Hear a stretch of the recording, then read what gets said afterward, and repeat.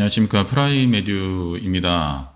백현고등학교 1학년 2학기 중간고사 문제를 분석하도록 하겠습니다. 대략적으로 보시면 알겠지만 굉장히 빨간색하고 그 다음에 노란색이 많습니다. 그래서 변형된 정도가 60%가 넘어가고요. 그 중에서도 변형 2의 비율은 다른 모든 학교에 비해서 아주 높습니다. 40%가 넘어갑니다. 그러니까 변형 비율이 이 변형 1이랑 변형 2, 그러니까 변형 1과 변형 2를 잘 모르시는 분들을 위해서 다시 한번 설명을 드리면은 이 변형 1 같은 경우는 문제 부분만 바꾸신 거고요. 변형 2 같은 경우에는 문장 자체를 집어 넣으신 겁니다. 그러니까 문장 자체가 새로운 것이 훨씬 더 변형이 많이 된 거고 학생들이 느끼기에 체감 난이도가 훨씬 더 높은 거죠.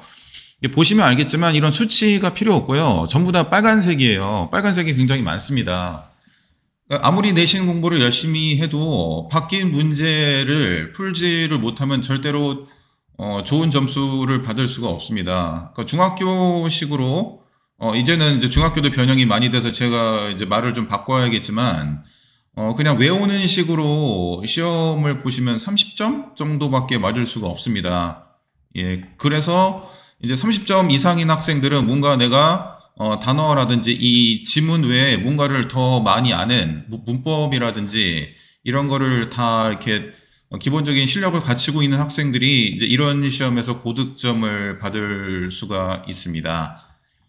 예, 이게 보시면 알겠지만은, 그러니까 다른 학교 같은 경우에 특히 이제 청독고하고 많이 비교가 되는데, 청독고는, 이렇게 문제 부분을 그러니까 문제 부분만 바꾸는 변형 1의 유형이 많지만, 백현고 같은 경우에는, 문장을 많이 바꾼다. 이런 식으로 문장을 이렇게 추가를 하셔서 난이도를 높이신다. 예, 이런 거 같은 경우에는 이제 위키피디아 같은 데서, 교과서 지문을 따다가 이렇게 문제를 출제를 하셨습니다. 예, 그리고 이런 것도 마찬가지로 그러니까 교과서 열심히 해봤자 소용없고요. 이것과 관련된 지문을 많이 인터넷에서 추가 지문을 많이 문제를 푸셔야 됩니다. 그러니까 프라이메드 같은 경우에는 이런 식으로 이제 이런 문제가 나올 거를 이미 알고 있기 때문에 뭐 인지 부조화라든지 그 다음에 뭐 인도 도시락 서비스 같은 경우를 이제 그 인터넷에서 찾아서 이렇게 미리 변형 문제를 만들어서 학생들한테 이제 변형되는 거에 대해서 익숙할 수 있게 그렇게 훈련을 시키고 있고 그런 능력을 키우도록 하고 있습니다. 물론 뭐 완전히 문제가 똑같진 않겠죠. 그 선생님이 생각하시는 지문하고 뭐 학원에서 하는 지문하고 뭐 수만 가지의 인터넷 지문이 있을 테니까 어쨌든 새로운 지문에 익숙할 수 있는 능력을 키워주면은 어떤 새로운 지문이 나와도 어떤 바뀌는 지문이 나와도 다 적응할 수 있는 그런 능력을 키우기 때문에 어떤 문제에도 다 대응할 수 있다고 생각이 됩니다. 예, 그래서 뭐 흐름과 관련된 문장, 뭐 이번에 학생들이 많이 어려워했던 개념이죠. 민족주의에 관한 개념인데 이런 것도 이제 문장을 추가하셔서 난이도를 높이셨고 빈칸이야 뭐 백현고뿐만 아니고 다른 학교도 전부 다 이제 여기 있는 단어를 전부 다 비슷한 뜻의 다른 뜻으로 예, 변형을 전부 하셨습니다. 예, 그리고 12번 같은 경우에는 문장을 추가하셔가지고, 변형을 하셨고요.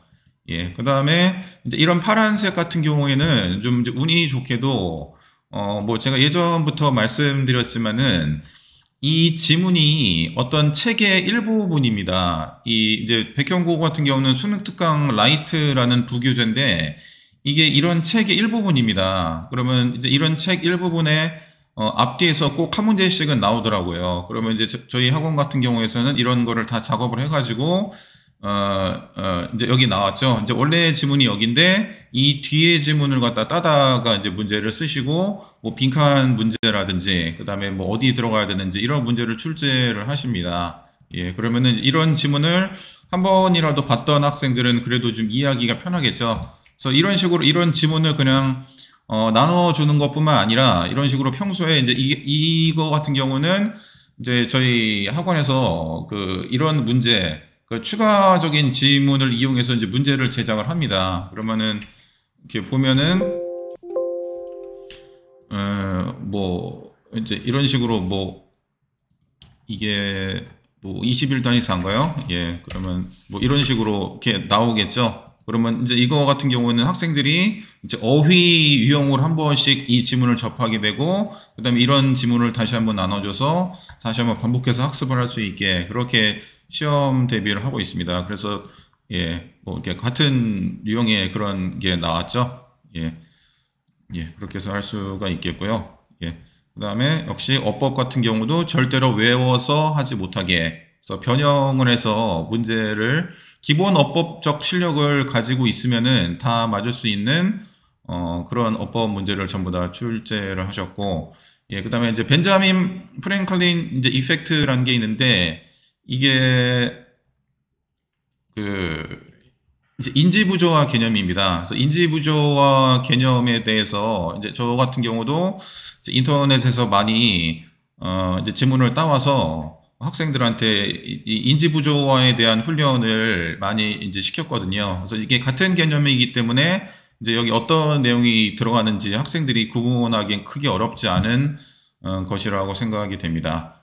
예, 그리고 뭐 서술형 같은 경우에는 이제 외우지 않아도 충분히 쓸 수 있게 여러 가지 힌트를 주시고, 뭐 이런 요약문 완성이라든지, 요약문 완성인데 이제 보기까지 주셨기 때문에 난이도가 상당히 이제 내려갔죠. 예, 이거 같은 경우도 이제 라이팅이긴 한데 문법에 맞게 이런 보기를 주고 쓸 수 있게, 예, 그렇게 하시고, 그다음에 이제 우리말로 쓰는 거야 뭐 이제 충분히 할 수 있는 거죠. 예, 우리말로 쓰는 거. 그래서 백형고는 그러니까 정말로 수능에 가깝게, 그러니까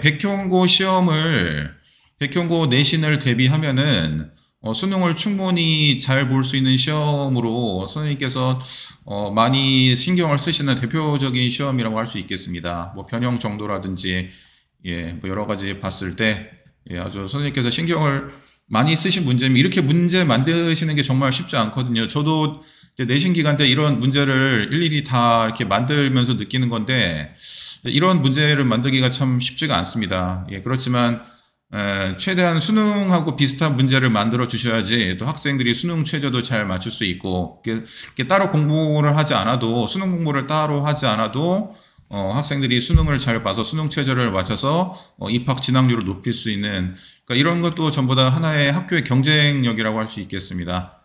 예, 그래서 항상 수능과 가까운 문제를 만들어 주시는 백형고 선생님께 감사를 드립니다. 예, 이상 프라임에듀 학원이었습니다.